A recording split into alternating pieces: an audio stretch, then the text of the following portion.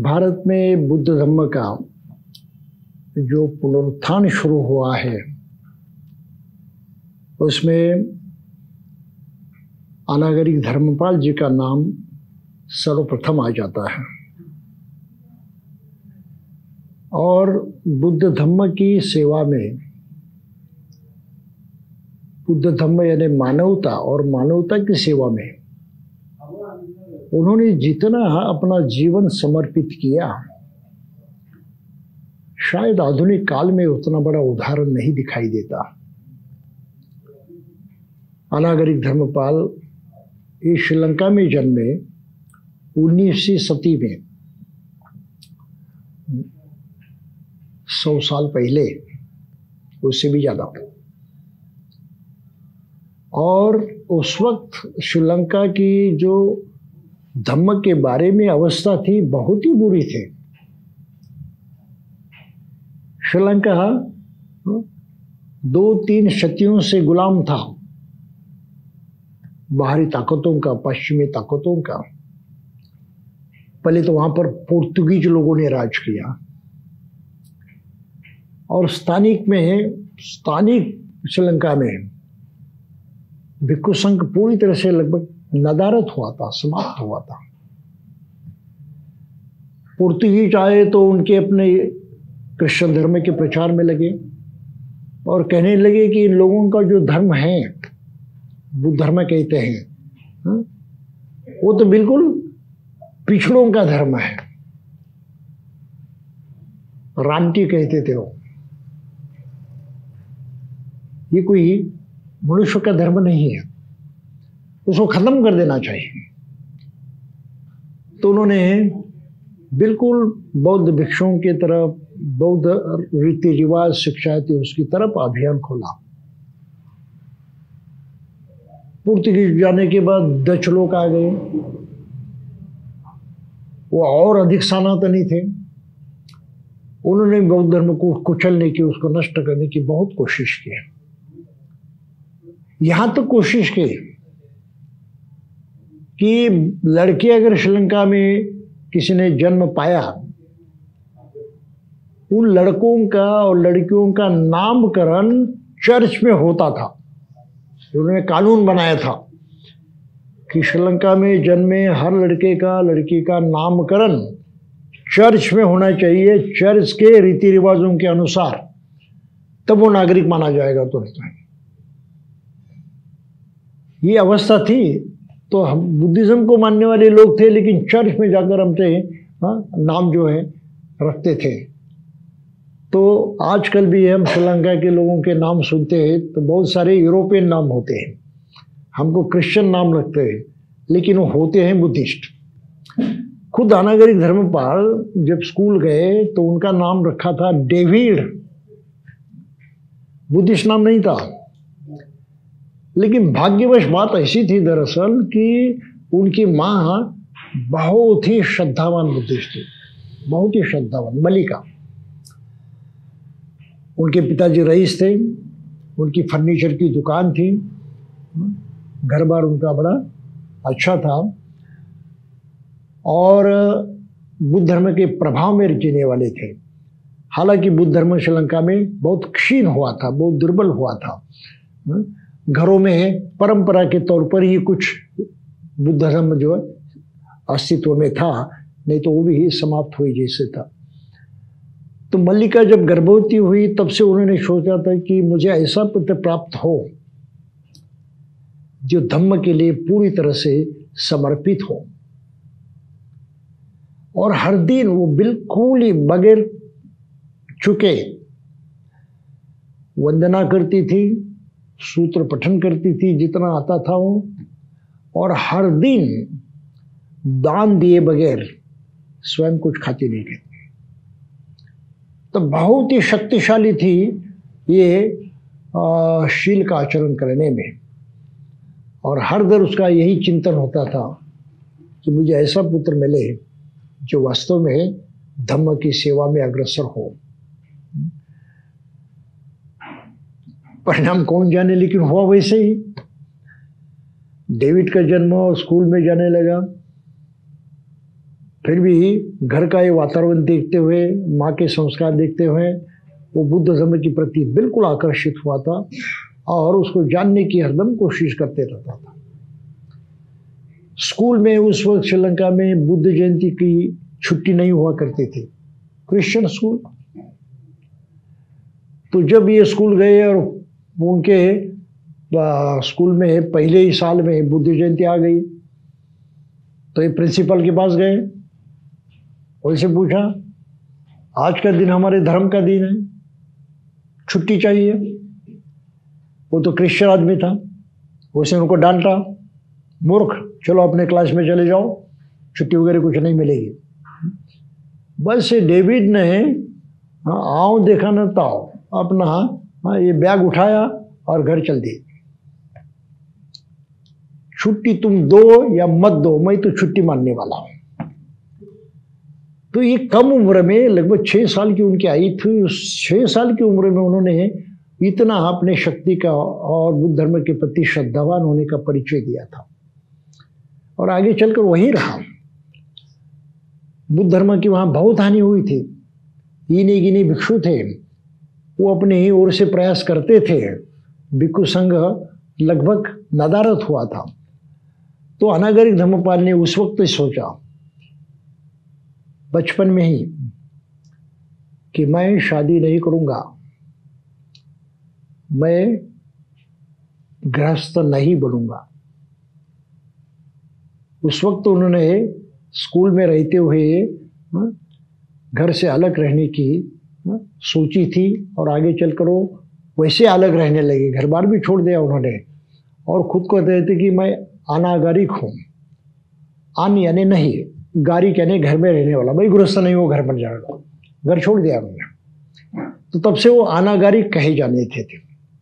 उनको तो धम्म का काम करना था, धम्म का प्रचार प्रसार करना था, जागृति फैलानी थी श्रीलंका में, क्योंकि लोग धम्म को बहुत मात्रा में भूल चुके थे। धर्म परिवर्तन भी हुआ था, क्रिश्चियन लोगों की संख्या बढ़ रही थी, तो वहाँ के भिक्षु और अन्य लोग इसके प्रति आंदोलन कर रहे थे। तो क्रिश्चियन फादर और बौद्ध भिक्षुओं में विवाद हुआ, पब्लिक डिबेट कि कौन सा धर्म श्रेष्ठ है, और उसमें बौद्ध भिक्षु ने सिद्ध कर दिया कि बुद्ध का धर्म ही श्रेष्ठ है और फादर लोग जाहिर प्रोग्राम में जो है परास्त हो गए। ये भी बड़ी भारी डिबेट हुई। उसके उपरांत फिर अनागरिक धर्मपाल ने इतनी कोशिश की कि उसने एक जो गाड़ी है, बस है, छोटी सी बस खरीदी, उसको ही उसमें कुछ परिवर्तन किया और वो उन्होंने घर बनाया ऑन व्हील, चक्कों पर, और गांव गांव घूमते रहे, गांव गांव घूमते रहे, लोगों को जागृत करते रहे, धम्म की महिमा बताते रहे, स्कूल स्थापन किए, बौद्धों के स्कूल स्थापन किए। जो बात मैं अभी भी करते रहता हूँ कि बौद्धों ने अपने स्कूल भारत में स्थापन करने चाहिए, नहीं समझने लोग, लेकिन श्रीलंका में इतिहास हुआ है कि अनागरिक धर्मपाल जी ने स्कूल स्थापित किए। धीरे धीरे जो वहाँ धम्म खत्म हुआ था वो दोबारा प्रस्तापित होने लगा उनकी बदौलत। इतने कष्ट उन्होंने उठाए। ये सब तो कहानी करने के लिए अपने पास समय नहीं है, लेकिन संक्षिप्त में कुछ बातें कहना है तो ये महत्वपूर्ण बात समझाना जरूरी है। और ऐसे वो फिर भारत में आए, बुद्ध स्थल जो हैं उनका दर्शन करने के लिए, और जब बुद्ध गया गए तो वहाँ की दुर्दशा हुई थी। बिल्डिंग जो है, बुद्ध गया टेम्पल जो आज कहते हैं, वो भी बहुत बुरी अवस्था में था, बहुत कुछ ढह गया था, सब जंगल यहाँ वहाँ फैला हुआ था, काफ़ी नुकसान हुआ था। और उन्होंने पहली बार जब वो वज्रासन पर, जहाँ बुद्ध को बुद्धत्व की प्राप्ति हुई थी, उस पर अपना माथा टेका, तब उनके मन में ऐसा कुछ एक संचार हुआ, एक चेतना फैली। उनको भी पता नहीं कि ऐसी चेतना फैली, और मुझे लगा कि नहीं, मैं इस जगह के उद्धार के लिए ही प्रयास करूंगा, उसी लिए मुझे जीना है।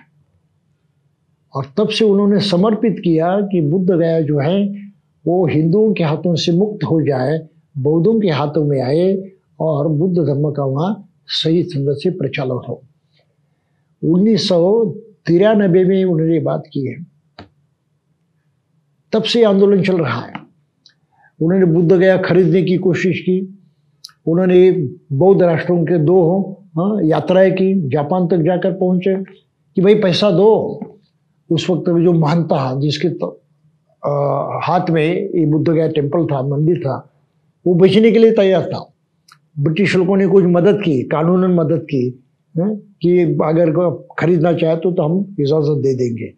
लेकिन बौद्ध राष्ट्रों में घूमते हुए भी जापान गए, श्रीलंका गए, थाईलैंड गए, सभी जगह, श्रीलंका नहीं, थाईलैंड वगैरह यहाँ पूरब के देशों में गए, लेकिन उनको मदद नहीं मिली। बौद्ध ने कोई पैसे नहीं दिए उनको, परास्त होकर आ गए। 2 बार उन्होंने प्रयास किए लेकिन नहीं हुआ। अगर उस वक्त वो उस मंदिर को खरीदते थे तो आज बौद्धों की मालकियत होती थी। आज भी वो संघर्ष चल रहा है। तो इस संघर्ष को जताने वाले वे थे। फिर उन्होंने भारत में ही रहे। कलकत्ता में उन्होंने अपनी ये सोसाइटी बनाई जिसको महाबोधि सोसाइटी के नाम से जाना जाता है। वहाँ मंदिर स्थापन किया, विहार स्थापन किया, बुद्ध धर्म के प्रचार प्रसार की बहुत सारी यंत्रणा तब उन्होंने शुरू कर थी। और तब उन्होंने कहा था अछूत लोगों को सामने रखते हुए कि तुम्हें बौद्ध बनना जरूरी है, हिंदू धर्म में मत रहो। उस वक्त उन्होंने कहा था कि अछूत वर्गों को बौद्ध बनना जरूरी है, उसमें ही उनका कल्याण है। लेकिन कौन सुनने वाला था उस वक्त। तो कुछ भी हो, महाबोधि सोसाइटी की तरफ से उन्होंने बहुत कुछ काम किया। आखिर वो भारत में ही रहे और आज सारनाथ में जो है वहाँ उन्होंने लाइब्रेरी स्थापन की। वहाँ पर भी एक विहार की स्थापना की, टेम्पल की स्थापना की, जहाँ बुद्ध ने प्रथम उपदेश दिया था। वहाँ पर बहुत सुंदर मंदिर बना हुआ उनकी बदौलत बना है। और उनकी एक शिष्या थी जिनको उन्होंने अनापनसती पढ़ाई थी, ध्यान पढ़ाया था, मेरी फोस्टर, फिलीपींस के थे और वहाँ के राजघराने से संबंध रखती थी और उनकी बहुत ही श्रद्धावान शिष्या थी।